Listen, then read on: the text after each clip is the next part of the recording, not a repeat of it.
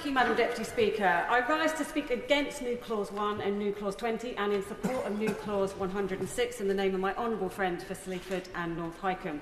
Firstly, it's important for me to say that I fully support women's reproductive rights. I think we generally get the balance right here in the UK, and protecting this is a hill I will die on. But I'm disturbed by New Clause 1 and New Clause 20, which decriminalise abortion up to birth.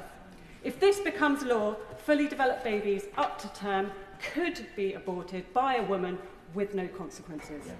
The reason we criminalise late-term abortion is not about punishment, it's about protection. By providing a deterrent to such actions, we protect women. We protect them from trying to perform an abortion at home that is unsafe for them. We protect them from coercive partners and family members who may push them to end late-term pregnancies. Now, I have great respect for the Honourable Member for Gower, who has tabled New Clause 1, and we share many of the same objectives on other topics. But on this, I think she is trying to solve a very real issue of increased numbers of prosecution, but with the wrong solution. These amendments are driven by the case of Carla Foster, amongst others, a mum who was prosecuted under UK law for carrying out an illegal abortion in May 2020 during the COVID pandemic. She carried out the abortion at 32 to 34 weeks of pregnancy after receiving the relevant drugs through the Pills by Post scheme introduced during lockdown. This is a terrible case that demonstrates harshly the flaws with the current process. But the issue here is not the criminalisation of abortion after 24 weeks. It's the fact she was given the pills without checking how far along she was in the first place.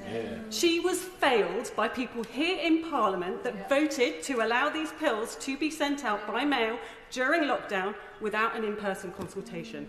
That was an irresponsible decision, one that might be forgiven in light of a global pandemic if it had indeed remained temporary. But no, in March 2022, it was made permanent. If we want to protect women from knowingly or unknowingly acquiring abortion pills after 24 weeks of pregnancy and inducing an abortion at home, we must put an end to this situation where these pills can be acquired without a face-to-face consultation where gestational age verification by medical professionals can take place. These are dangerous drugs if not used in the right way, as we saw when Stuart Warby spiked a pregnant woman's drink with them, resulting in the miscarriage of her 15-week-old baby. Make no mistake, the Pills by Post scheme enabled this evil man and his female accomplice to commit this crime. It's also important to note that prior to the Pills by Post scheme, there have only been 3 women convicted over the last 160 years for an illegal abortion, demonstrating the effectiveness of the safeguard. But since the Pills by Post scheme was introduced, within an 8-month period, according to Jonathan Lord, Medical Director of Maurice Stopes at that time, there have been 4 women appear in court on similar charges. Criminalisation of abortion after 24 weeks isn't the problem. The Pills by Post scheme is. If New Clause 1 passes whilst the Pills by Post scheme remains in place, here's what will happen. More women will attempt late-term abortions at home using abortion pills acquired over the phone. Some of them will be harmed. Many of these women won't have realised that they're actually going to deliver something that looks like a baby, not just some blood clots. That is going to cause huge trauma for them.